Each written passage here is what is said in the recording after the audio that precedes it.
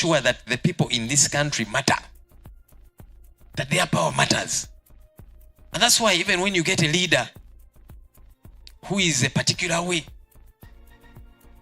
they cannot torpedo the power of the people. They can't. They will not do whatever it is that they like. I have seen your president, and I'm saying your president, some of you here are citizens. Your president has sometimes issued directives, and then people go to court, and court says, you will not do that, Mr. President. And the president has no choice but to oblige. Even when, by the time he made the directive, he had a particular direction he wanted to take. But a court of law says, you will not do that. And the president obliges. You don't see that in Uganda. And we must work hard to get to that place. So I want to thank you all for coming out, for being part of this. Let's do this together. I believe we shall get there. Ladies and gentlemen, do allow me now to invite my friend, my brother, my leader, our leader. Your Excellency, please do come and speak to us.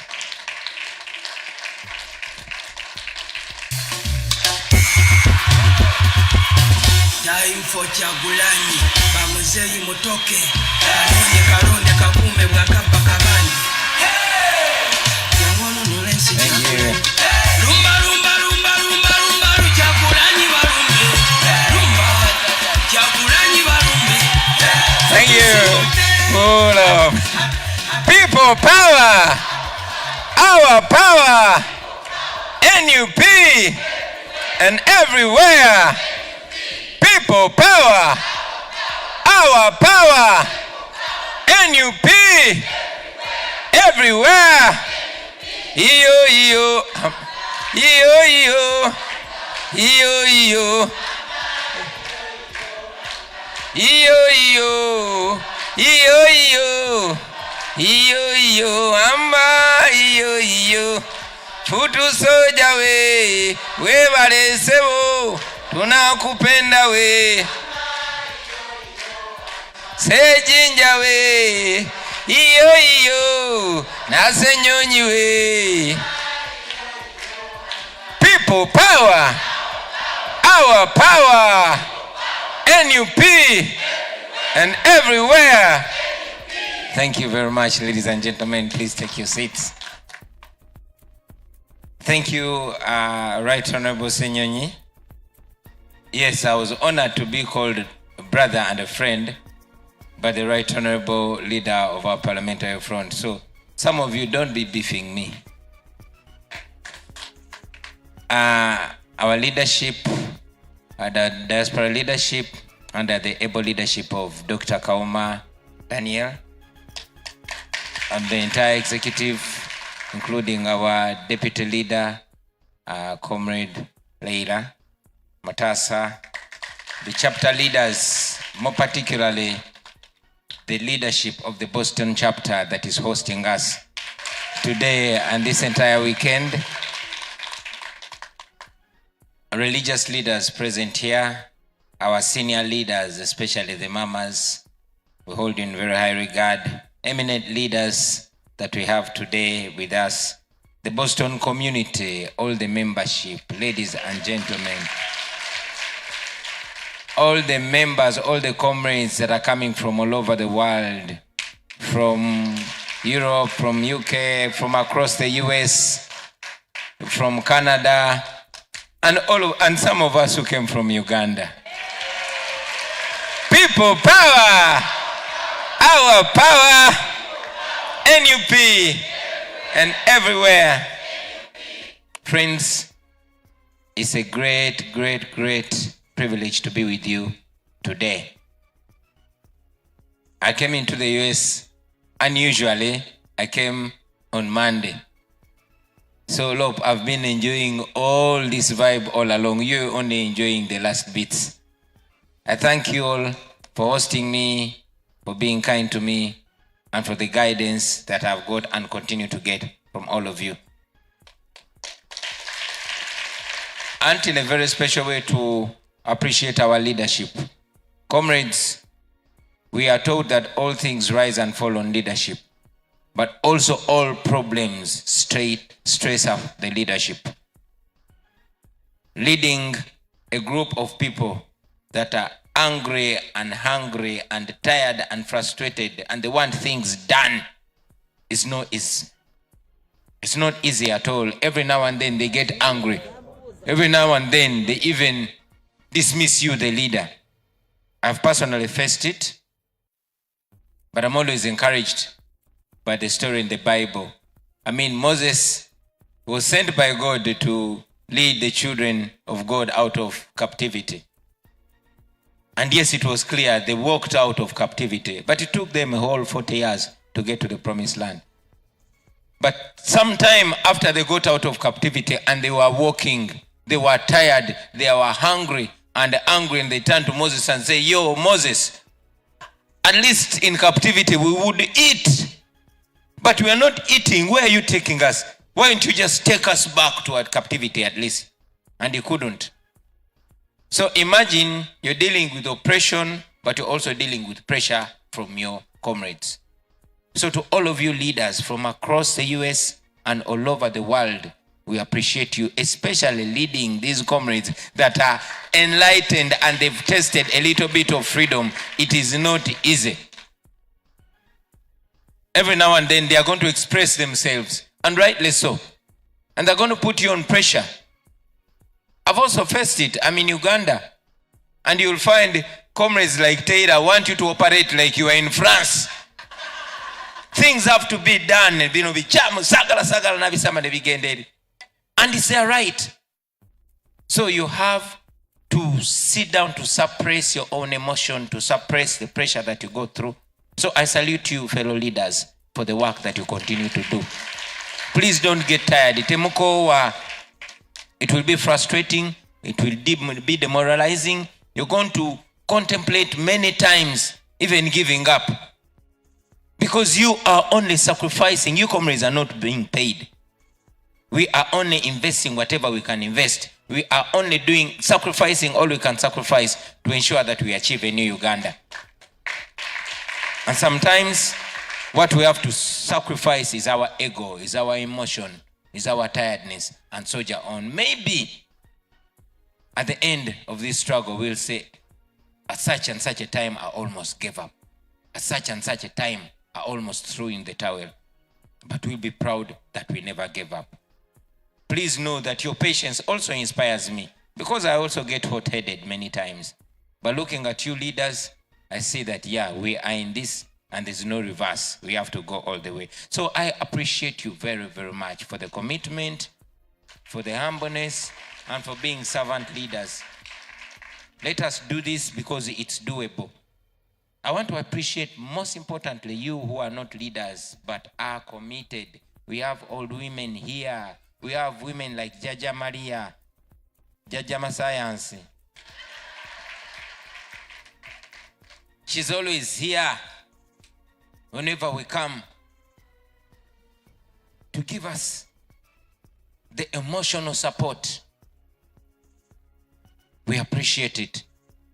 For me, it is something very important. And I'll tell you something. Unfortunately, I forgot my picture, and I will ask the leaders to help me pick it up from my room.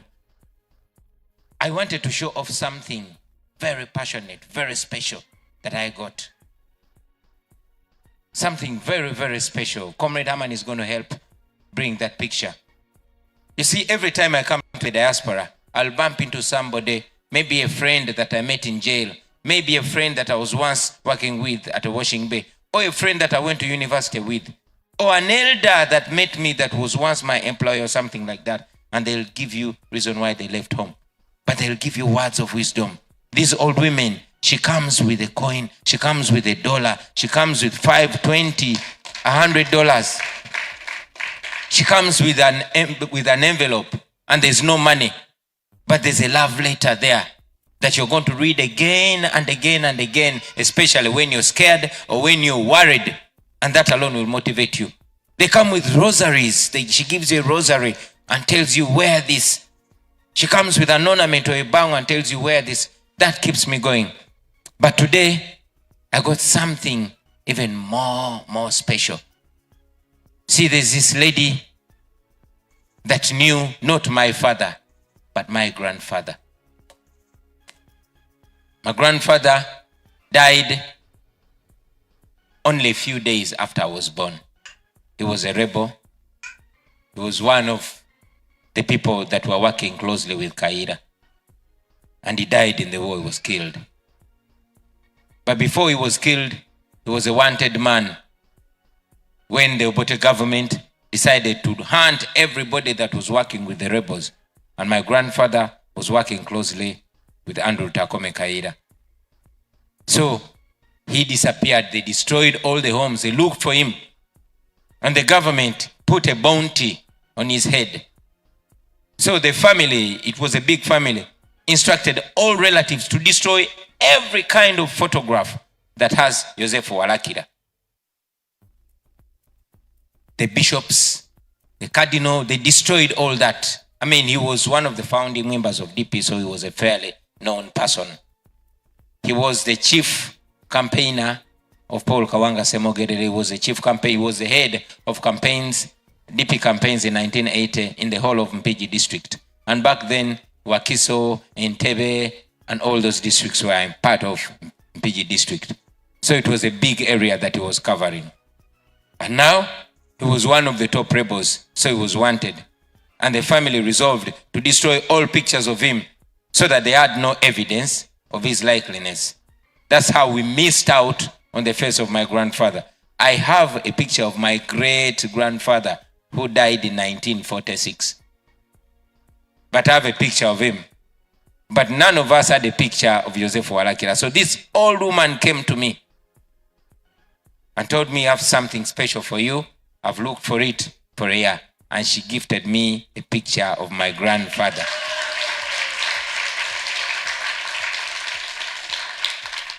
Now, this old woman has no idea what she did to me, how much motivation she did to me. And she did that. She preempted me, and I'll talk about that when I'm talking about the purpose of our coming here. So things like those that you do to us, you have no idea how much emotional and spiritual fuel you are giving me to go and fight and fight and fight. So thank you very much. Thank you very much for spending your hard-earned money and your time. I've said it countless times that in the diaspora, especially first countries like America, that's when you're going to understand the real meaning of the phrase, time is money. You guys are here spending your money because you're supposed to be earning per hour. But you're here sacrificing your time/money to be here. Not to be entertained, but to listen to words that stress you, words that take away your peace, words that challenge you. I mean, many times we used to come to the US. You come for entertainment. And you people would come to get soothed, to burn the stress and all that. But now you take your time and hard money to come and get even more stress. But you still come. I want to thank you very, very much. From me, from the leadership of the National Unity Platform, and from the countless Ugandans, many of them you'll never meet, I want you to know you are appreciated. I want you to know you are a very, very special kind of gathering. So thank you, ladies and gentlemen.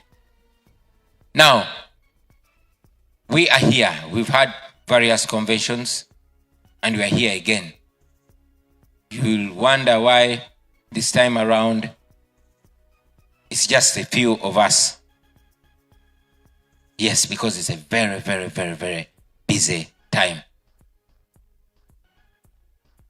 If I could, thank you very much. If I could, I would also delegate, but I couldn't because I had to come because this time is different. Why? All over Africa, we have what they call it. In my culture in Uganda, we call it okuwaba olutabalo. Ladies and gentlemen, this is different. We are going to war. We are going to, and many of us don't even know how we are going to come out of it, or even whether we are going to come out of it, but we are going there anyway. So we've come to you to present the cause. Back then, in the days of our forefathers, they would go to the king or to the council of elders and present nebawaba olutabalo, and present their cause for war. You are the council of eminent leaders. You are our bosses. We have done this to all places in the diaspora that we've been able to go. In Uganda we will, but we hold you in very high regard. We know you have a big role in the efforts to liberate Uganda. That's why we come to you.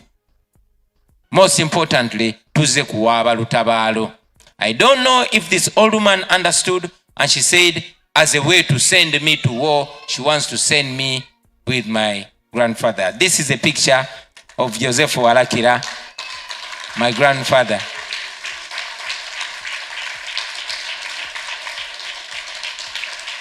And this is the best gift I've gotten in a very, very, very, very long time.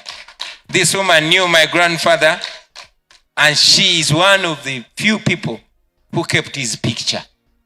Even the family did not have this picture. And guess what? I'm the one who has it now.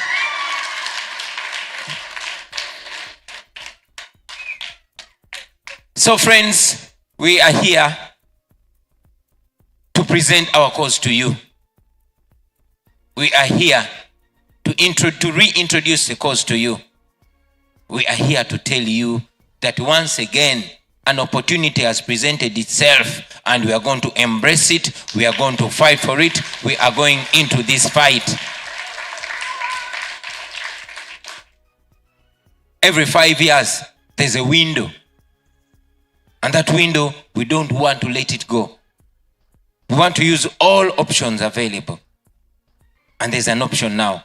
So we present ourselves to you, ladies and gentlemen, first, to seek your endorsement, to seek your clearance, to seek your blessing. The honest truth is that whenever we go there, we present ourselves as if you're the one who sent us. As if whatever we are saying in your name. As if you agree with us. And yes, we are presenting it here so that you can publicly agree with us, publicly endorse us, publicly send us in this fight with your full blessing and authority.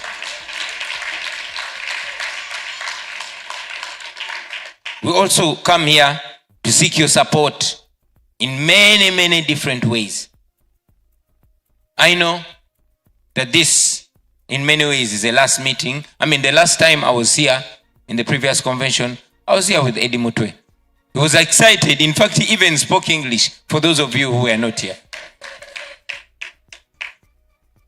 He started again, courtesy of Professor Sejinja. And Eddie Mutwe was supposed to come back here this month and graduate. We all know where he is. So where we're going, we cannot guarantee our safe return. The only thing we can guarantee now is that we are not going to give up, and we are not going to give in. Other guarantees are with God. But when other guarantees are with God and God is with us, then who's with those guarantees? Us. So God is with us, ladies and gentlemen, and we are going into that war. We are going to win.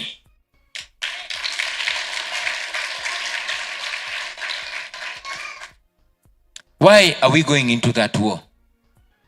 Many people have asked us, Bobi, last time we supported you. How much more are we going to support you more than that time? Why, in the first place, are you going into this again? We are going into it because we refuse to give up. We refuse to hang the towel. We know that yes, we were robbed, but we know that General Museveni and his fellow thieves have never had pressure like the pressure they got from us.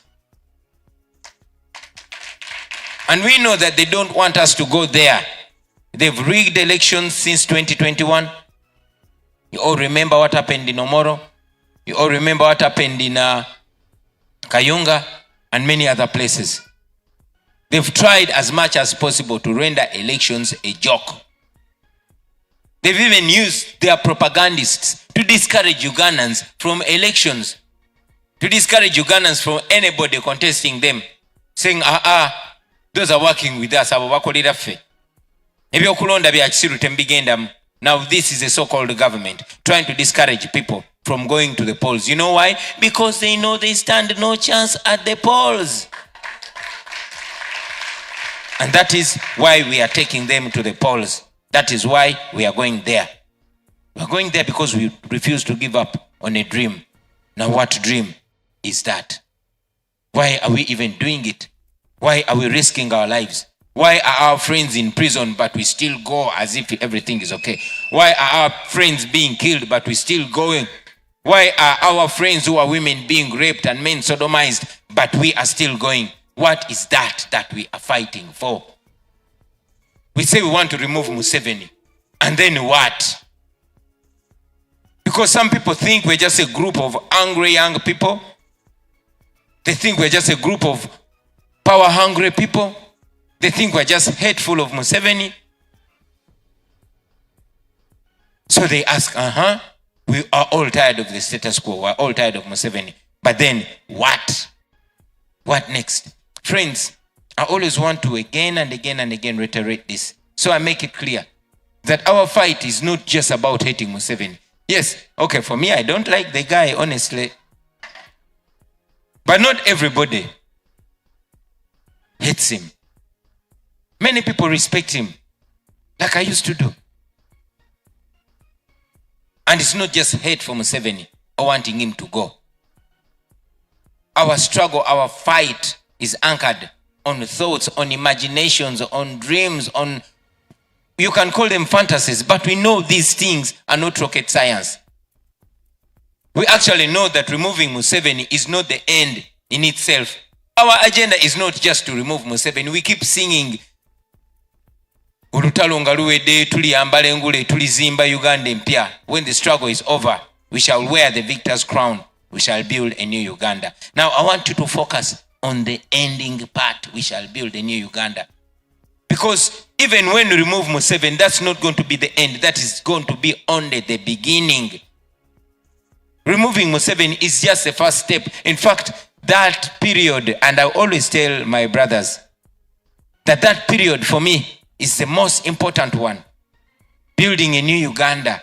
What does that new Uganda look like? Allow me very briefly to shine a light in that new Uganda. Imagine Museveni falls.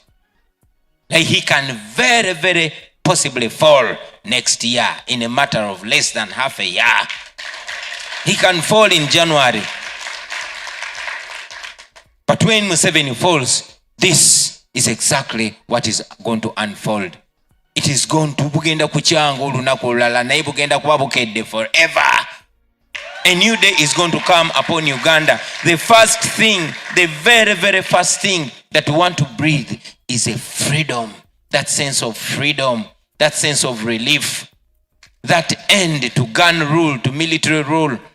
For the first time, we want to subdue the guns like it should be, like it has been written in the law.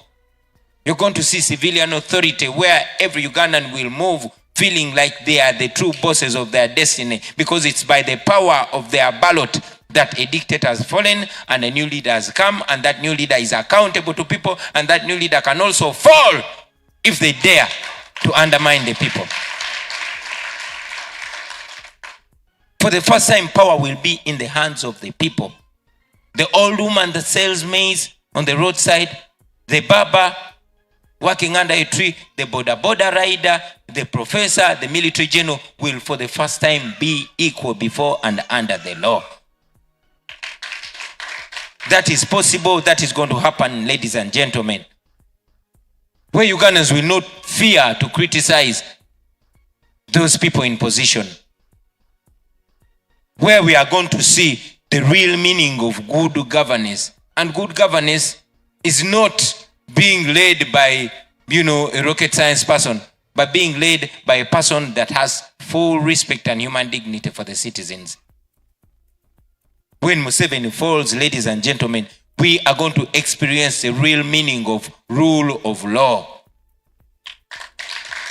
Total end of impunity. That is our dream. That is what we imagine. That is exactly what's going to happen, where we shall be full human beings.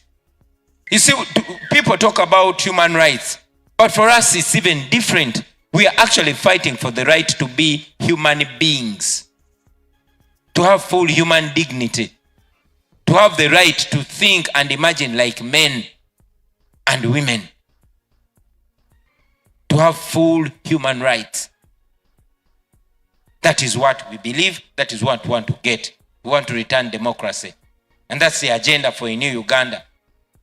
Now people will ask, okay, will democracy put food on my table? Some people actually don't even know that they don't have the full human rights that they deserve. So maybe that doesn't matter to them. For them, they are hungry. For them, they would rather be in a country that doesn't respect human rights but has functioning hospitals. Because you have even functional dictatorships. Ours is a dictatorship, and it's a failed dictatorship. So yes, much as we promise them good governance, respect for human rights and constitutionalism and democracy and everything, some other man or woman from Bupa Dengo